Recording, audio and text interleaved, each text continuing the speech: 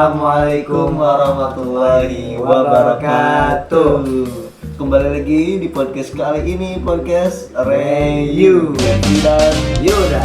Kali ini kita akan membahas tentang psikolog dari konsep dasar IPS. Oke, menarik banget nih.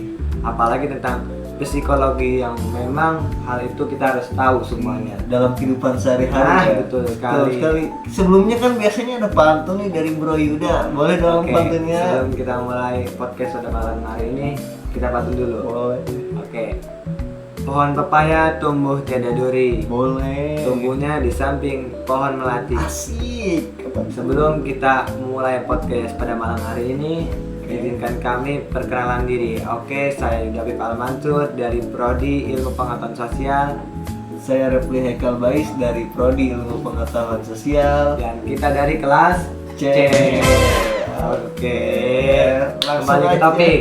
Langsung aja kita membahas ya. Kita akan membahas tentang psikologi, guys. Iya. Psikologi. Nah, yang akan dijelaskan oleh saudara Refli. Oke. Apa sih itu pengertian dari psikologi? Oke, mungkin bisa dilanjut dari saudara Refli. Jadi gini, psikologi itu ya, menurut cara bahasa, Apa tuh? psikologi itu berasal dari bahasa Yunani yang artinya psikolog.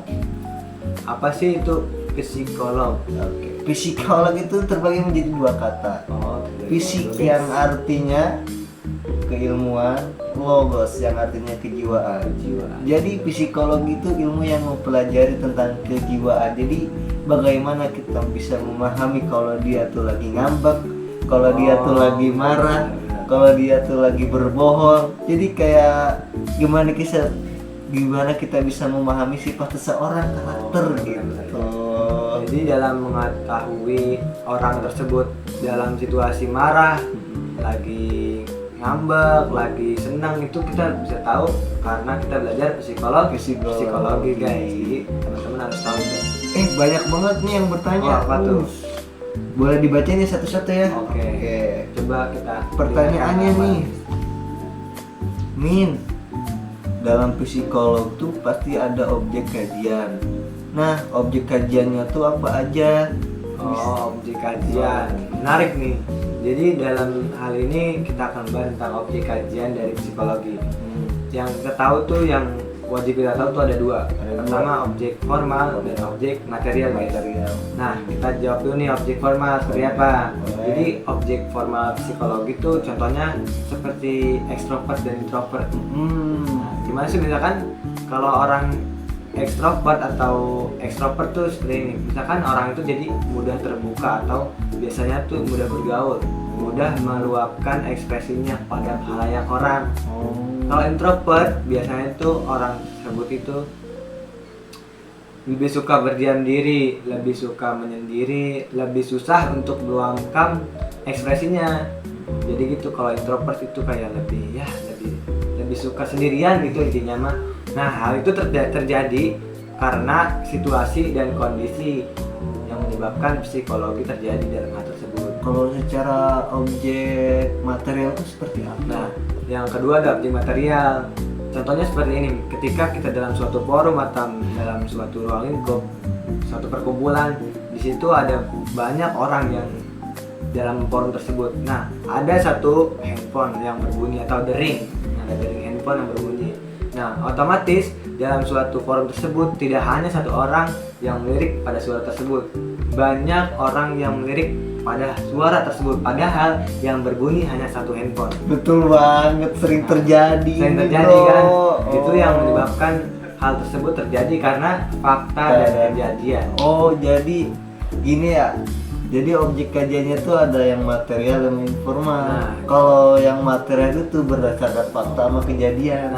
Kayak contohnya tadi nih, sering banget kejadian nih. Hal tersebut sering terjadi. Apalagi di stasiun kereta tuh, kalau suara kalau stasiun kereta, di kelas atau dalam suatu forum perkumpulan gitu ya.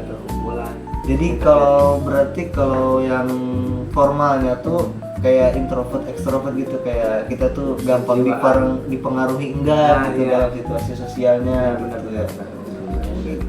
Oke. Ada lagi nih. Apaan tuh? Boleh dicoba. Dari saudara Satya, Oh, NIM Satya. 155. Kira-kira ruang lingkup dari psikologi apa aja sih nih? Bisa dijawab apa enggak? Oh, bisa, Oke, bisa. mungkin akan dijawab dengan saudara Refli ya. Jadi ruang lingkup psikolog ya, ada. Ruang lingkup psikolog tuh terbagi menjadi dua. Oh, terbagi dari Ada yang bersifat kefilsafatan, ada yang bersifat empiris. Seperti yang udah Filsafatan. dijelaskan tadi ya.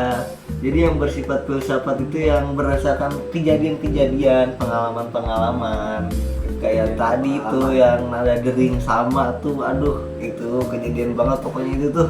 sering terjadi pokoknya Iya, dalam iya. kehidupan kita ya. Terus yang kedua kan berdasarkan bersifat empiris. Jadi empiris tuh berdasarkan tadi yang kita lakuin itu yang terjadi, apa yang kita rasakan terhadap orang lain juga. Nah, dan empiris itu terbagi menjadi macam-macam. Ada yang psikolog perkembangan, ada yang psikologi sosial, ada yang psikologi kepribadian, ada yang psikologi industri juga, dan lain-lain. Nah, di sini saya akan lebih merinci lagi nih. Contohnya tuh psikologi kepribadian. Oke, kira-kira apa aja sih psikologi Nah, pribadi ini? kepribadian itu kayak gini nih, kayak orang bohong, tapi kita bisa memahami kalau dia tuh lagi bohong. Dalam konsepnya mungkin dia tertekan karena ketakutan kepada kita yang menanyakan dalam hal apapun itu. Dan banyak nih dalam kajian-kajian tuh, kalau seseorang berbicara namun matanya terlihat ke atas, berarti dia berbohong. Tetapi kalau matanya saling menatap, berarti dia jujur dan serius. Jadi gitu. Oh, jadi kita bisa mengetahui nih orang itu bohong atau tidaknya, atau marah atau tidak tuh kita bisa mengetahui karena kita mempelajari kajian dari Psikologi sosial. Jadi teman-teman juga harus tahu tuh, nggak cuma anak IPS aja yang harus tahu. Iya, yang lain juga harus tahu. Benar. Oke, kali ini saya akan membacakan nih. Yang tadi banyak banget belum dibacain nih. Oke, bisa dibaca dong. Oke. Oh, ini kita lanjut nih. Ada yang bertanya nih dari susah banget sih namanya, Jidan _ Gamers Ramadan. Susah banget ya Jidan. namanya, Pro Gamers ya. Jadi lanjut aja kali pertanyaannya nih. Pertanyaannya tuh gini, Min, pasti di setiap kajian kan ada yang namanya tujuan. Nah, dan tujuannya itu apa sih dalam psikolog tuh? Apa tuh? Oh, Coba. jadi tujuan psikologi itu menurut ilmuwan ada dua. Apa Menurut Hanurawan dan menurut Sarwono.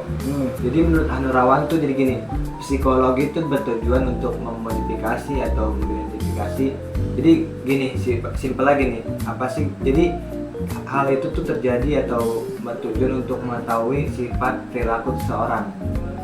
Jadi kira-kira tuh orang itu introvert atau extrovert. Jadi kita tuh bisa tahu karena kita mempelajari tentang psikologi gitu. Menurut Sarwono itu bertujuan tentang, jadi itu bisa tahu kira-kira ketika kita melakukan sesuatu itu efek sampingnya atau dampak itu seperti apa. Hal itu terjadi ketika kita mempelajari tentang psikologi. Oh, mungkin kalau yang pertama itu kayak meramalkan, memodifikasi Iya, gitu meramalkan. ya. Jadi dalam memecahkan suatu masalah atau kajian gitu ya dalam psikologi. nah, Terus kalau yang kedua tuh kayak berdasarkan fenomena yang bakal terjadi Iya. gitu ya. nah mungkin gitu kurang lebih ya guys ya. Oke, Tak terasa nih waktu sudah memisahkan kita ke penghujung acara pada malam hari ini. mungkin cukup sampai sekian pembelajaran psikologi kita. Kita akan bertemu lagi di lain hari tentang podcast Refli dan Yuda. Jangan lupa di subscribe dan like, komen ya. Oke guys. Sebelum kita tutup nih ada pantun dulu nih. Kali ini dari saya sendiri. Oke, mungkin. apa tuh pantunnya? Bisa di- Ayo ting ting jelasin. makan kepiting. Thank you for everything. Oke. Siap. Oke. Sekian dari kami. Bila ada kesalahan itu datang dari syaitan, bila ada kebenaran itu datangnya dari Tuhan. Karena kita hanyalah Korban. dan setiap manusia itu punya hak untuk belajar dari kesalahan. Sekian dari kami. Wabillahi taufiq wal hidayah.